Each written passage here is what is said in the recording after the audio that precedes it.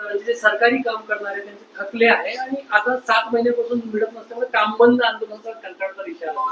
त्या दोनदा नाही, तिसरा इशारा आहे. हे पीडब्ल्यूडीच्या कंत्राटदारांचे 80,000 कोटी आहे, एरिगेशनचे आहे, सामाजिक न्यायाचे आहे. आदिवासी विभागामध्ये तर 270 कोटी असताना 1300 कोटीची कामं झाले यावर्षी. आता 270 मध्ये 1300 कोटीची कामं झाल्यावर पैसे देणार कुठून? ही सगळी बोंबाबोंब आहे. कोणालाच पैसे मिळत नाहीत. शेतकऱ्यांचा प्रस्ताव गेला मदतीचा विदर्भातला अतिवृष्टीचा, 6 महिने झाले अद्याप पैसे मिळाले नाही. 4-5-6 महिने होऊ नये, 6 महिने होऊ नये.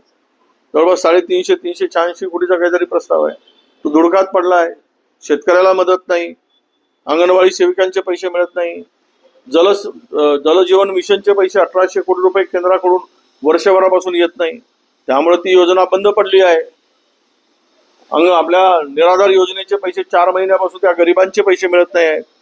6 महिन्यापासून रोजगार हमीचे पैसे मिळत नाही आहेत. आहे काय बा, बोलाची कडी बोलाचा भात, बाता करते राहो आणि लोकांना लाता मारत राहा, असं आहे काय? अशासाठी सरकार आहे काय? त्यामुळं हे सगळं जे चाललेलं आहे हे केवळ अजूनही सरकार स्थिर झाल्याचं लक्षण नाही.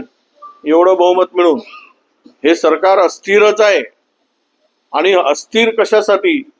तर हिस्से वाटणीवरून अजूनही अस्थिर आहे.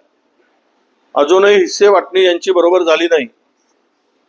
यांना जे जे पाहिजे, ज्यांच्या हिश्श्याला कमी जास्त झाला, हे बोंबाबोंब सुरू आहे. इतकं मोठा प्रचंड बहुमत मिळाल्यावरही अशा प्रकारचं सरकार महाराष्ट्राने कधी पाहिलेलं नाही.